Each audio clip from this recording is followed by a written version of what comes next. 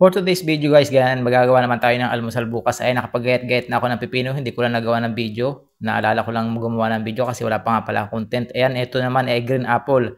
Magbabalat muna tayo ng green apple kasi nga itong ipapartner ko sa pipino. Bali pang ano ko lang to guys, pang almusal na pang almusal. Hindi tayo kasi nagkakain kaya panay prutas lang ating kinakain at saka gulay.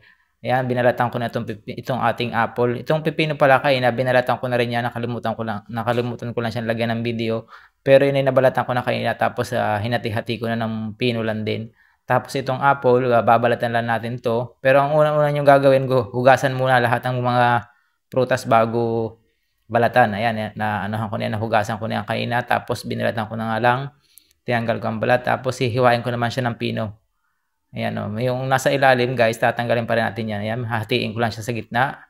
Medyo matigas nga lang, kaya ayan, ating hatiin sa gitna. Tapos, tanggalin natin itong buto na kumalat. Tapos ito guys, tatanggalin natin itong nasa gitna na yan, no? Yung pinakang hindi natanggal ng pagbalat. Ayan, tatanggalin natin siya. Ayan, medyo dito yan sa gilid, tanggalin natin siya para hindi mapasama pag ginayat. Ayan, hatiin ulit natin sa gitna. Bali, pag-apatin natin itong kalahati. Pag-aapatin natin yan, dalawa. Ayan, medyo malaki-laki pa, pwede pa nating hatiin. Ayan, 4 yan, pero pwede pa lang gawing 6. Kasi minsan mapapakapal, napapanipis, kaya depende kung anong gusto ninyong hati, pwedeng mas manipis pa. Ayan, pag napahati ko na yun ng 4 na beses, hahatiin ko ulit itong kabila ng 4 hanggang 5 beses. Ayan, no. Pag manipis na, katamtapan na manipis, tatanggalin naman natin yung buto bago natin hatiin pa uli. Ayan, natanggal natin ang buto, tapos hatiin ulit natin. Hatiin pa ulit natin ang pino para medyo crunchy siyang kagatin. Kasi kapag malaki, mahirap kainin kasi nga maasim-asim siya.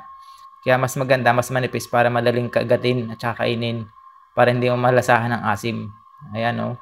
Hatiin lang natin siya ng ganyan. Pag pinuhin pa natin ng konti, ayan. Paghati ulit natin yan. Tapos, bukas na umaga, kakainin natin yan ng almusal.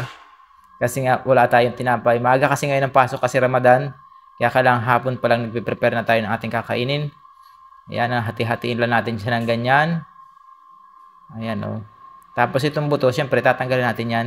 Kasi hindi naman pwede makain yan. Ayan o. Pipinuhin pa natin yan para mas madali siya makain bukas sa umaga. Kasi bukas madalian lang ang ating almusal. Hindi po pwedeng, kumbaga, ipakita sa mga kapatid natin na tayo kumakain ng almusal. Ayan. Tanggalin natin siya. Ayan o. Hahatiin natin para mas mabilis kainin. Matrabaho nga lang talaga ang paghiwa. Ito pa may pinakamahirap gawin. Ito yung paghihiwa. Mahirap gawin kasi matrabaho. Ayan o. Malapit na natin matapos. Ito naman kabila. Ayan o. Konti na lang. 2 piraso na lang natitira. And then yan. Tapos na. Tapos natin ulit. Ayan o. Ready na ang ating almusal bukas sa umaga. May pipino at saka apple. Tapos ayan nga. Ito pinakita ko sa inyo pipino at saka apple guys. Maraming salamat.